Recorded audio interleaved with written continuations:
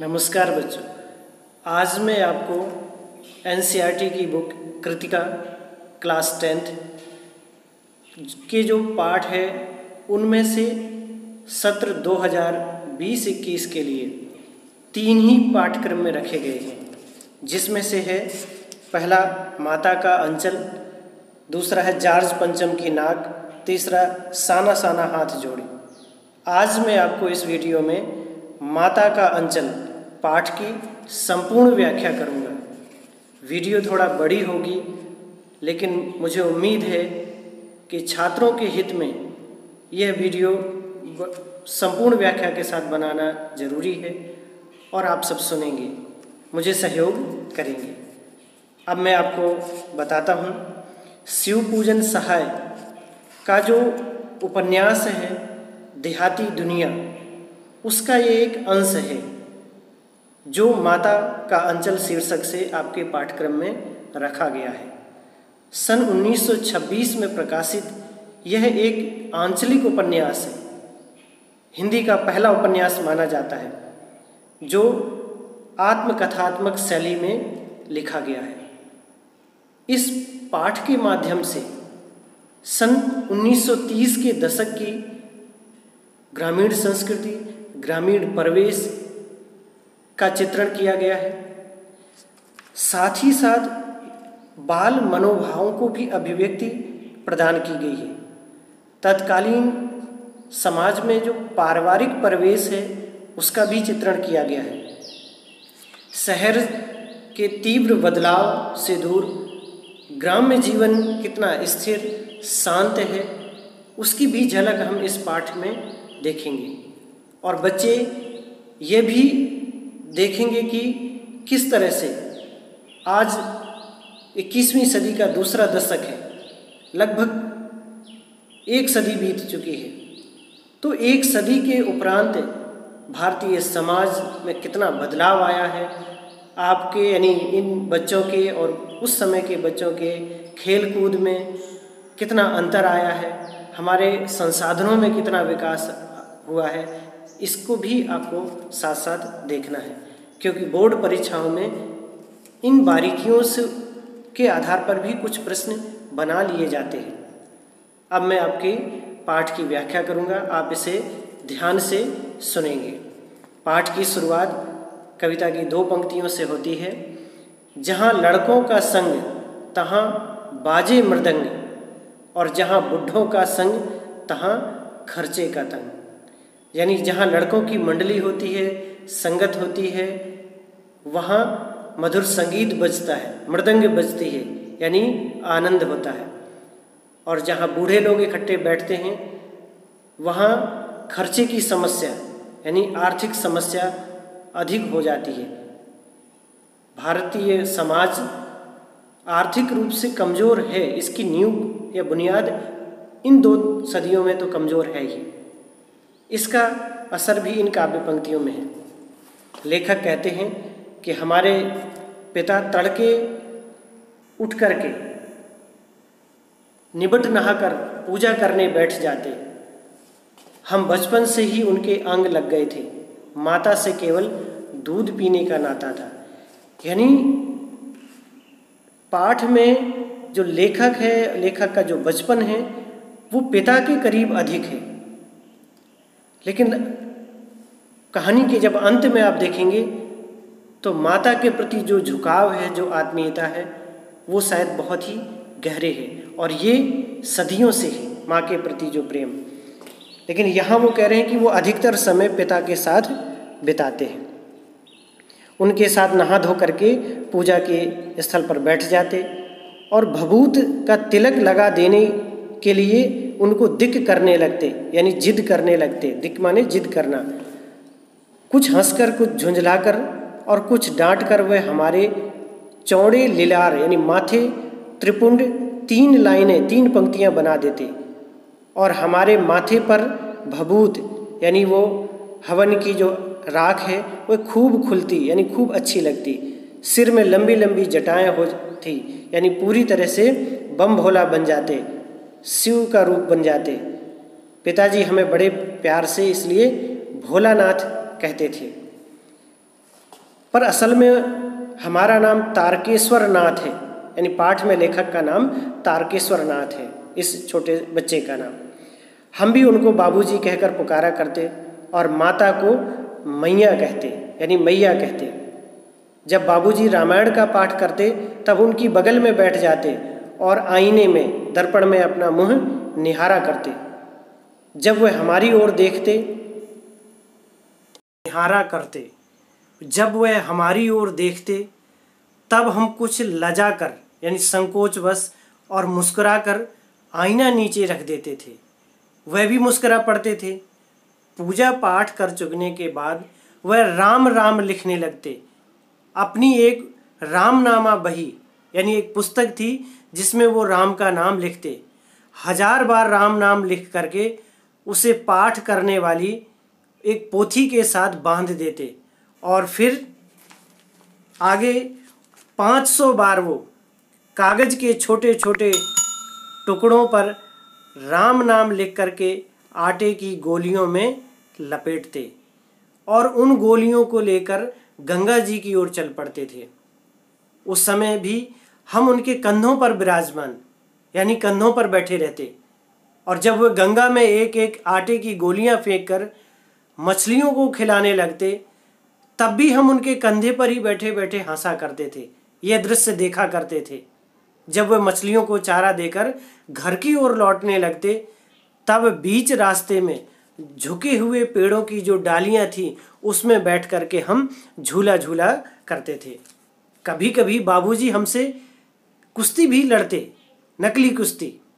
वह शिथिल होकर हमारे बल को बढ़ावा देने के लिए हम उन्हें पछाड़ देते, वो गिर जाते, उतान पड़ जाते, उल्टे पड़ जाते और हम उनकी छाती पर चढ़ जाते। जब भी उनकी लंबी लंबी मूछें उखाड़ने लगते तब वह हंसते हंसते हमारे हाथों में मूछों से छुड़ा करके उन्हें चूम लेते। फिर जब वह हमसे खट्टा और मीठा चुम्मा मांगते तब हम बारी बारी कर अपना बायां और दाहिना गाल उनके मुंह की ओर फेर देते थे। यानी पिताजी उनसे बहुत दुलार करते थे। उन्हें, वो छोटे थे, बच्चे थे, फिर भी एक मित्रवत व्यवहार करते थे। बाएं का खट्टा चुम्मा लेकर जब वह दाहिने का मीठा चुम्मा लेने लगते तब अपनी दाढ़ी या मूंछ हमारे कोमल गालों पर गड़ा देते। हम झुंझलाकर फिर उनकी मूछें नोचने लग जाते थे। इस पर वह बनावटी रोना रोने लगते और हम अलग खड़े खड़े खिलखिलाकर हंसने लगते।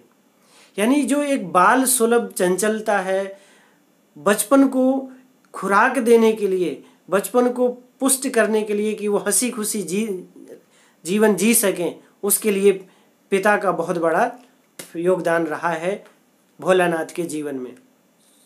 वे उनके साथ हंसते हंसते जब हम घर आते तो उनके साथ हम भी चौके पर खाने बैठते थे, रसोई घर में। आज का जो डाइनिंग रूम है या डाइनिंग टेबल, पहले के समय में चौकी पर बैठ करके भोजन किया जाता है। वह हमें अपने हाथ से फूल के एक कटोरे में गोरस और भात सान करके खिलाते थे। फूल एक मिश्रित धातु है, मूल्यवान धातु है। गोरस गाय के दूध से बना हुआ दही या उसकी लस्सी। भात चावल। जब हम खाकर अफर जाते अर्थात तृप्त हो जाते तो मैया थोड़ा और खिलाने के लिए हट करती। वह बाबूजी से कहने लगती, आप तो 4-4 दाने के कौर बच्चे के मुंह में देते हैं और इससे लगता है आपको कि उसने भरपेट खा लिया। आप खिलाने का ढंग नहीं जानते। बच्चे को भर मुंह कौर खिलाना चाहिए। जब खाएगा बड़े बड़े कौर तब पाएगा दुनिया में ठौर। ठौर माने जगह या अपना मुकाम। तब वो हासिल कर पाएगा जब शारीरिक रूप से मजबूत होगा, जब उसे पोषण युक्त भोजन मिलेगा, भरपेट भोजन मिलेगा। वो माँ का प्रेम भी था, माँ का दुलार भी था। पिताजी ये जानते थे। माँ कहती कि देखो मैं खिलाती हूँ, मर्द यानी पुरुष क्या जाने कि बच्चों को कैसे खिलाना चाहिए, और महतारी यानी माँ के हाथ से खाने पर बच्चों का पेट भी भरता है। यह कह करके वो थाली में दही और भात सानती, यानी इकट्ठा मिलाती उनको और अलग अलग तोता, मैना, कबूतर, हंस, मोर आदि बनावटी नाम ले ले करके वो एक एक और खिलाती जाती थी। लेकिन भोलानाथ भी कम चालाक नहीं थे। जल्दी खा लो नहीं तो ये उड़ जाएंगे, ऐसा माँ कहती, पर हम उन्हें इतनी जल्दी उड़ा जाते थे कि उन्हें उड़ाने का यानी माँ को उड़ाने का मौका ही नहीं मिलता था। और इस तरह से जब हम सब बनावटी चिड़ियों को चट कर जाते थे तो बाबूजी कहने लगते, अच्छा अब तुम राजा हो जाओ, यानी तैयार हो जाओ और खेलने चलते हैं। बस फिर क्या था, हम उठकर उछलने कूदने लगते। फिर रस्सी में बंधा हुआ काठ का घोड़ा लेकर नंग धड़ंग बाहर गली में निकल जाते खेलने के लिए। जब कभी मैया हमें अचानक पकड़ लेती थी तो हमारे लाख छटपटाने पर भी चुल्लू भर यानी हथेली की अंजलि में जितना आ सकता है वह सिर पर डाल देती, और जब तक हमें तेल बोथ कर उपटन करके छोड़ती नहीं थी, चाहे हम कितना भी छटपटाते रहें, बिगड़ते रहें। हमारी नाभि और लाल में काजल की बिंदी लगा देती, नज़र ना लग जाए बाबू को, बच्चे को। ऐसा है हमारे यहाँ मान्यता है हमारे भारतीय जनमानस में। बिंदी लगाकर फिर चोटी गूंथती और उसमें फूलदार लट्टू बांध करके रंगीन कुर्ता टोपी पहना देती, और इस तरह से भोलानाथ बन जाते कन्हैया बनकर बाबूजी की गोद में सिसकते सिसकते बाहर आते थे। कन्हैया का मतलब कन्हैया का बाल स्वरूप, कृष्ण का बाल स्वरूप उनका बन जाता है, यानी वो तैयार होकर के आ जाते। बाहर आते ही हमारी बाट जोहने वाला यानी रास्ते को देखने वाला बालकों का एक झुंड मिल जाता। अब हम उन खेल के साथियों को देखते ही अपना जो सिसकना है, जो माँ ने इतनी कोशिश की थी उस समय, जो वो वहाँ से छिटकने की कोशिश कर रहे थे, वो दुख दर्द सब भूल करके बाबूजी की गोद से उतर पड़ते और अपने हमजोलियों के दल के यानी समूह के साथ मिल करके खेल और तमाशे करने लगते, मनोरंजन करने लगते। बचपन के खेल और ग्रामीण परिवेश के खेल और 1930 के दशक के आसपास के भारतीय समाज के खेलों का चित्रण आगे लेखक ने किया है। और तमाशे भी कैसे कैसे, तरह तरह के नाटक। चबूतरे का एक कोना ही उनके नाटक का घर बनता, और जो बाबूजी के नहाने की चौकी है उस पर वो बैठकर, जिस पर वो बैठकर नहाते थे, वह बन जाता रंगमंच यानी स्टेज। उसी पर सरकंडे, एक प्रकार की डंठल युक्त घास है, उसके डंठल से खंभे तैयार किए जाते और उस पर कागज का चंदोवा लगा दिया जाता, छोटा सामियाना, जिस प्रकार टेंट के लिए ऊपर चादर लगाई जाती है उसे चंदोवा तान करके फिर मिठाइयों की दुकान लगाई जाती। मिठाइयाँ भी किस प्रकार की, उसमें चिलम के खोंचे, जो चिलम होती है हुक्का का एक आकार, छोटा आकार, उसके टुकड़ों पर उसको थाल यानी थाली, बड़ी थाली का रूप ले लेते और ढेले के लड्डू, मिट्टी के छोटे टुकड़ों के लड्डू बना लिए जाते। पत्तों की पूरी कचौरियाँ तैयार कर ली जाती, यानी पत्तों को, अनेक प्रकार के पौधों से पत्तों को तोड़ करके उन्हें पूरी और कचौड़ी का स्वरूप दे दिया जाता, और गीली मिट्टी को उसको बेलनाकार बना करके पतला पतला जलेबियाँ बना दी जाती। फूटे घड़े के टुकड़ों को बतासे, मिट्टी के जो घड़े, पके हुए घड़े, जब वो टूट जाते हैं उनके टुकड़ों को छोटे छोटे आकार में बदल करके बतासे का रूप दे दिया जाता है, जो चीनी से बनता है। इस तरह से मिठाइयों की दुकान सजती। ठीकरों के बटखरे, बटखरे मतलब तौलने के लिए जो बाँट होते हैं, तो मिट्टी के टुकड़ों को, ईंट के टुकड़ों को बाँट का रूप दे दिया जाता है, यानी तौलने का वो साधन। जस्ते के टुकड़ों को पैसे का रूप दे दिया जाता है, जस्ता एक धातु है। और उस खेल कूद में हम ही लोग खरीदार यानी बच्चे ही खरीदार होते थे और हम ही लोग दुकानदार, यानी एक दुकान में जो बच्चा बैठा है वो दूसरी दुकान में जाकर के सामान खरीदता था या मिठाई खरीदता था, दूसरी दुकान का बच्चा अगली के साथ ऐसे ही व्यवहार करता था। बाबूजी भी आ जाते थे बीच में और वो 2-4 गोरखपुरी पैसे ही खरीद लेते थे। गोरखपुर में चलने वाले पैसे, पूर्वी उत्तर प्रदेश का ये एक डिस्ट्रिक्ट है। थोड़ी देर में मिठाई की दुकान बढ़ाकर हम लोग घरौंदा बनाते, बढ़ाकर समाप्त करके, और वो दूसरा खेल खेलने लगते, मिट्टी के घर बनाने का। धूल की मेड़ जो धूल की मेड़ है वो दीवार बनती, जैसे खेत के किनारे जो डोल या होता है उसको दीवार का रूप ले लेते, तिनकों का छप्पर बनाया जाता, दातून के खंभे तैयार किए जाते, दातून के जो टुकड़े हैं उनको मिट्टी के साथ गाड़ दिया जाता, लगा दिया जाता, वो खंभे बन जाते। दिया सलाई यानी माचिस की पेटियों के किवाड़ दरवाजे बनाए जाते। घड़े के जो मोहड़े हैं, घड़े का मुख है ऊपर का गोल हिस्सा, उसके चूल्हा चक्की उन्हें बनाया जाता और दिए अर्थात दीपक की कढ़ाई बनाई जाती। और बाबूजी की जो पूजा करने वाली आचमनी कलसी है, छोटी सी जो चम्मच होती है, उसको कलसी बना लेते, आचमनी को कलसी बना लेते। कलसी मीन्स पतीली में प्रयोग किए जाने वाली गहरी चम्मच।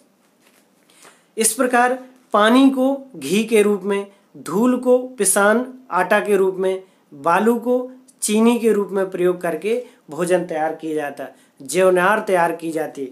ज्योनार का अर्थ है भोज या दावत, विवाह आदि के अवसर पर जो दावत दी जाती है। लोग पंक्ति में बैठ करके, जमीन पर बैठ करके भोजन करते थे।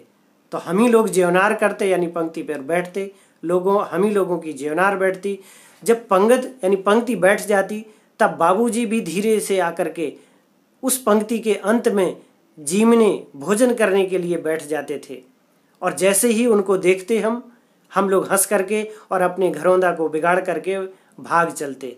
वह भी हंसते हंसते लोटपोट हो जाते और कहने लगते कि भोलानाथ अब कब भोज होगा, यानी अगली बार भोज कब दोगे आप। तो कहने का मतलब बच्चे थोड़ा संकोच भी करते थे, आनंदित भी होते थे, मनोरंजन भी किया करते थे और उनके पिताजी भी उनके मनोरंजन में सहयोग करते थे, उनके मनोरंजन को और अधिक बढ़ाते भी थे। कभी कभी हम लोग और भी दूसरे भी खेल खेलते थे, जिसमें बारात का भी जुलूस निकालते थे। कनस्तर, टीन का डिब्बा, डालडा आदि में जो प्रयोग किया जाता है, उसका तंबूरा बजता, यानी उसको एक वाद्यंत्र, तंबूरा वाद्यंत्र बना लिया जाता।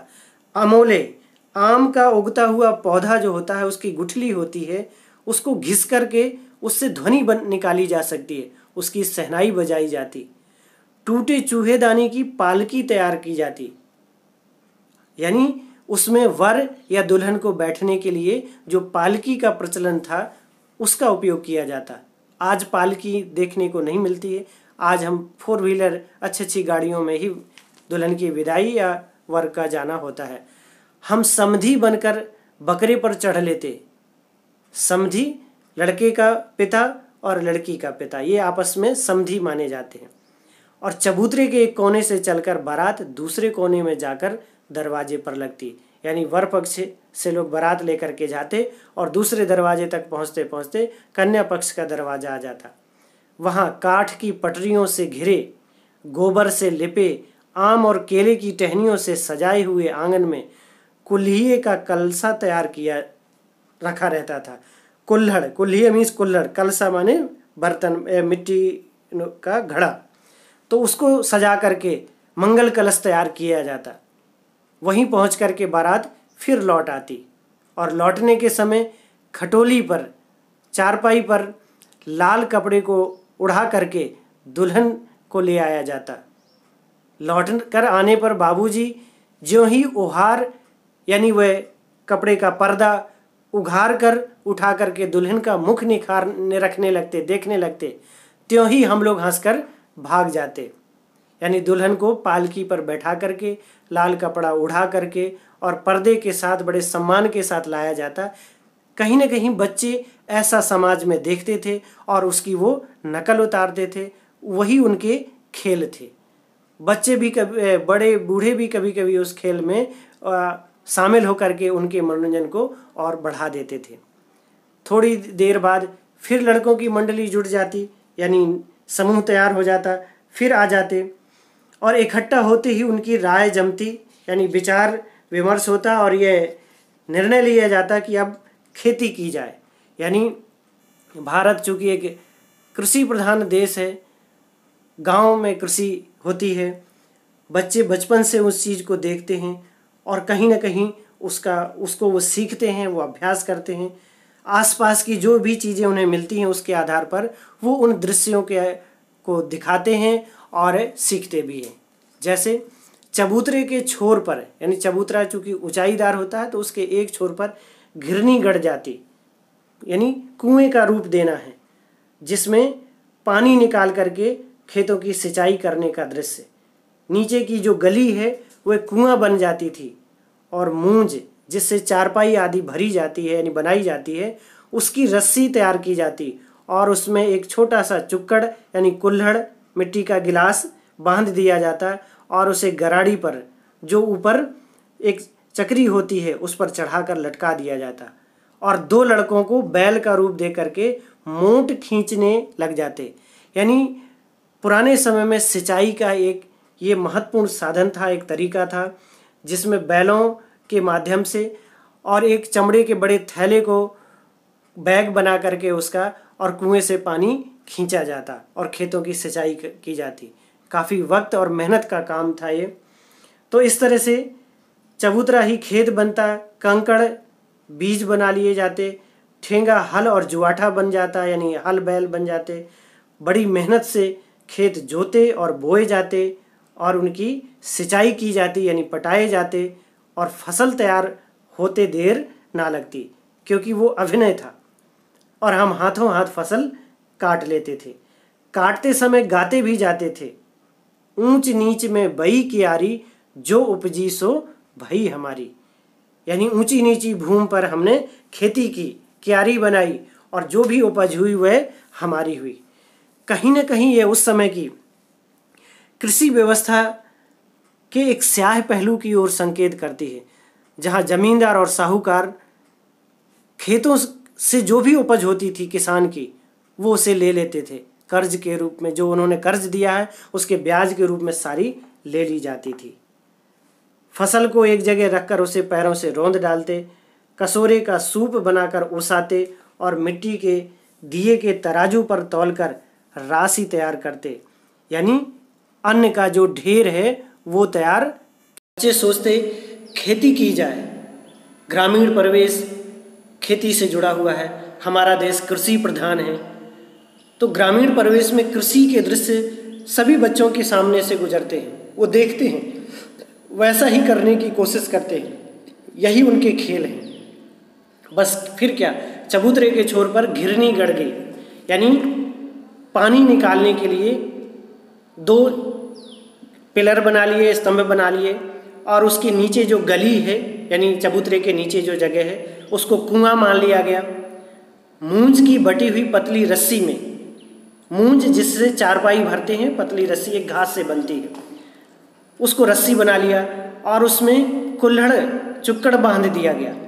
और गराड़ी पर जो कुएं का अगर आपको दृश्य अनुमान करना पड़ेगा तो गराड़ी पर उस रस्सी को लटका दिया गया और दो लड़कों को बैल बना दिया गया मोट खींचने के लिए।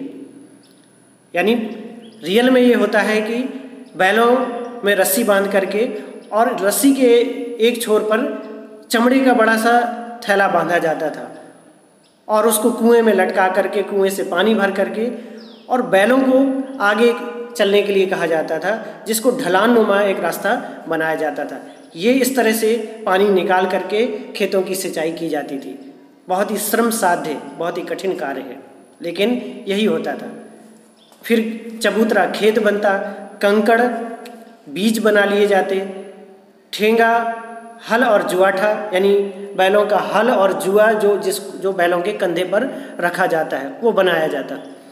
बड़ी मेहनत से खेत जोते जाते, बोए जाते, फिर पटाए जाते, पटाए मतलब उनकी सिंचाई की जाती।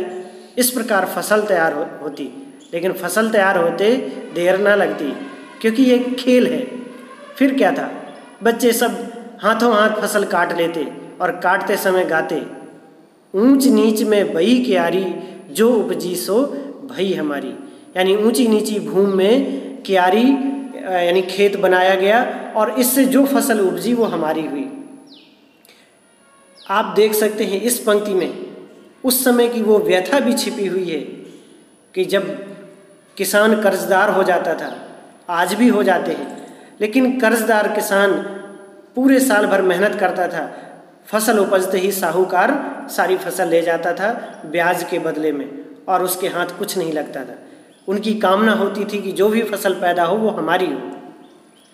फसल को एक जगह रखकर उसे पैरों से रौंद डालते, यानी फसल की मड़ाई करते। कसोरे, मिट्टी के बर्तन को सूप बना करके उसे ओसाते।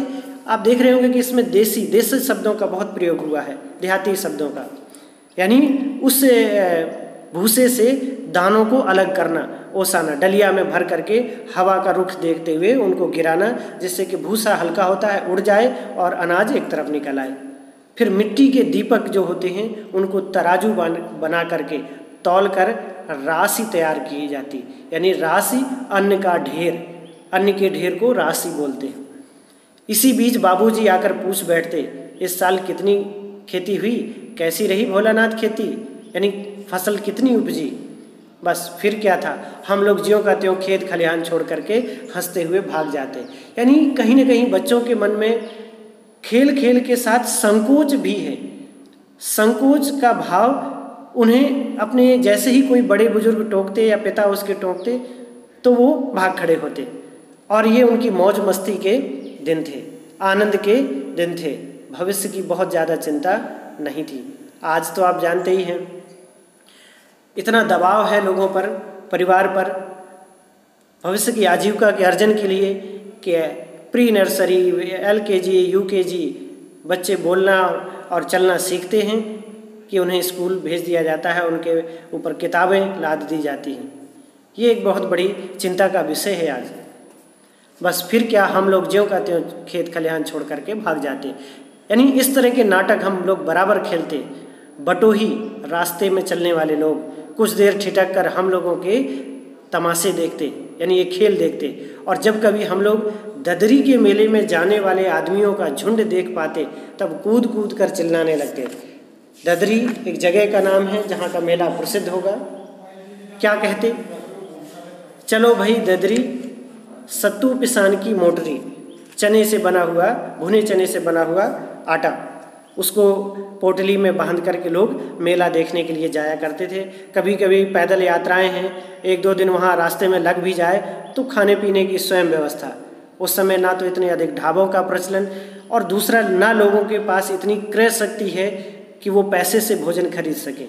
घर से ही जो कुछ भी है वो ले जाना पड़ता था। आज बहुत चीज़ें बदल चुकी हैं। आज आप देखते हैं कि रास्ते में जगह जगह पर ढाबे हैं और आप वहाँ पैसा दीजिए और खाना आपको मिल जाएगा। आज इस तरह से बहुत ही कम चलने का प्रचलन हुआ है। अगर किसी दूल्हे को के आगे आगे जाती हुई उहारदार यानी पर्देदार पालकी को देख पाते तब खूब ज़ोर ज़ोर से चिल्लाने लगते, चिढ़ाने लगते। बच्चे हैं, जो मन आया वह बोलना है उनको। क्या कहते, रहरी में रहरी पुरान रहरी और डोला के कन्या हमार महरी। यानी इस जो पालकी में, डोला मीन्स पालकी में, कन्या माने दुल्हन या स्त्री बैठी है, महरी माने पत्नी, ये हमारी पत्नी है। तो बच्चे अगर बड़े ये बात कहेंगे तो ये बुरा लग जाएगा। बच्चे कहते थे इसलिए लोग हंसी में टाल जाते थे। लेकिन एक बार ऐसा नहीं हुआ, क्योंकि एक बार बूढ़े वर ने हम लोगों को बड़ी दूर तक खरीदा। बेमेल विवाह की ओर संकेत है, जहाँ बूढ़ा व्यक्ति अपने धन और संपत्ति के बल पर कम उम्र की कन्या से विवाह कर लेता है। ऐसी स्थितियाँ हमारे समाज में हैं। तो उस बूढ़े को ये बात बुरी लगी, उसने उनको बच्चों को दौड़ा लिया। ना जाने किस ससुर ने वैसा जमाई दामाद ढूंढ निकाला था, वैसा घोड़ मुँहा आदमी हमने कभी नहीं देखा, घोड़े जैसे मुँह वाला आदमी। आम की फसल में कभी कभी खूब आंधी आती, आंधी के कुछ दूर निकल जाने के बाद बच्चों का झुंड बाग की ओर दौड़ पड़ता और वहाँ से चुन चुन करके गोपी आम का एक प्रकार है, चाबते खाते। एक दिन की बात है, आंधी आई और पट पड़ गई, यानी आम झड़ गए और जमीन पर बिछ गए। आकाश काले बादलों से ढक गया, मेघ गरजने लगे, बिजली कौंधने लगी, ठंडी हवा सनसनाने लगी, पेड़ झूमने और जमीन को चूमने लगे, यानी आंधी काफ़ी तेज थी। बच्चे चिल्ला उठे, 1 पैसा की लाई बाजार में छितराई और बरखा उधरे बिलाई। बरखा मीन्स बारिश, बिलाई मने गुम हो गई, समाप्त हो गई। कहने का मतलब ये है कि आंधी तो बहुत तेज़ चल रही है लेकिन बारिश नहीं हुई, उधर ही समाप्त हो गई कहीं। लेकिन उस दिन फिर बारिश हुई, बरखा ना रुकी, मूसलाधार पानी होने लगा, गिरने लगा। हम लोग आम के पेड़ों की जड़ों से सिमट गए, यानी चिपक गए, जैसे कुत्ते के कान में अंठई, ये अंठई मीन्स एक कीड़ा कानों में या जानवरों के साथ चिपक जाता है और वो जल्दी निकलता नहीं है। लेकिन बरखा जमी नहीं, थम गई, यानी थोड़ी देर तेज़ बौछार दे करके बंद हो गई। और बरखा यानी बारिश बंद होते ही बाग में बहुत से बिच्छू नज़र आने लगे।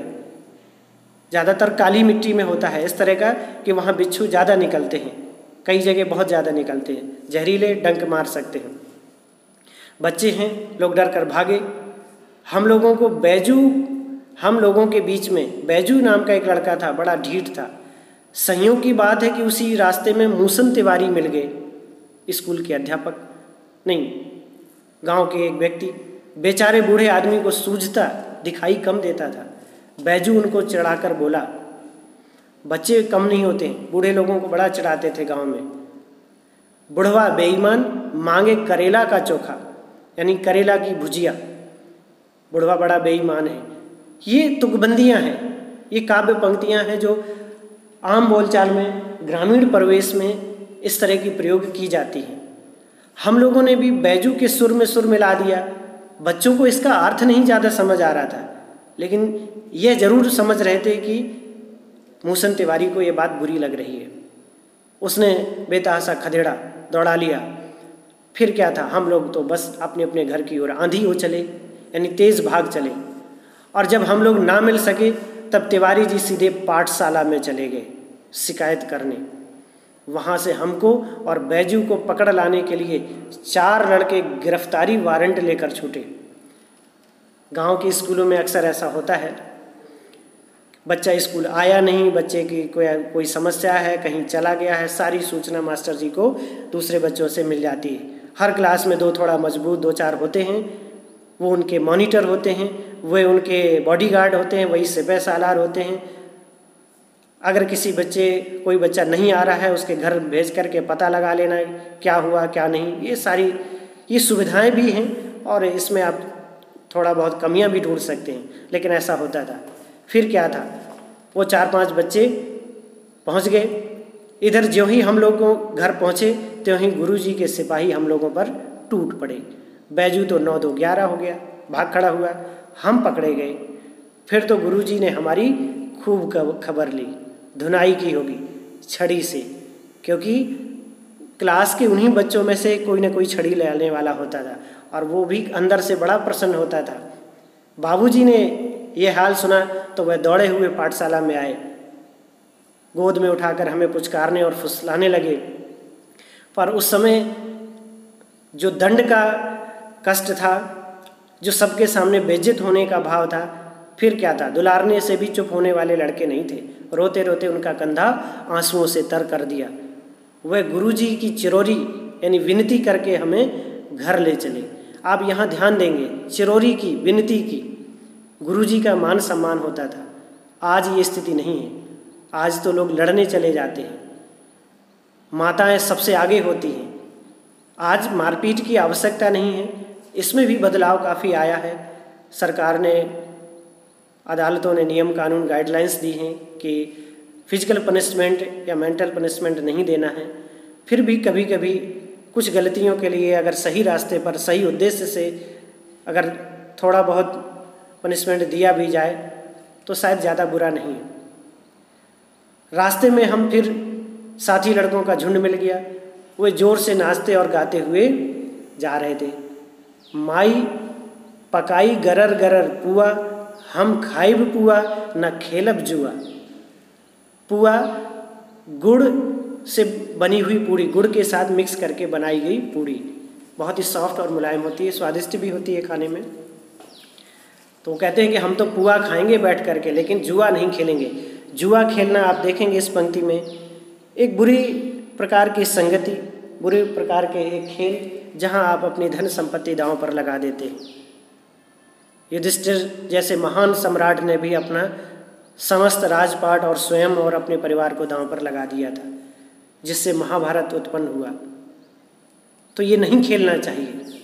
फिर क्या था, हमारा रोना धोना भूल गया, हम हट करके बाबूजी की गोद से उतर पड़े और लड़कों की मंडली में मिलकर लगे वही तान सुर अलापने, यानी वो दुख भूल गए।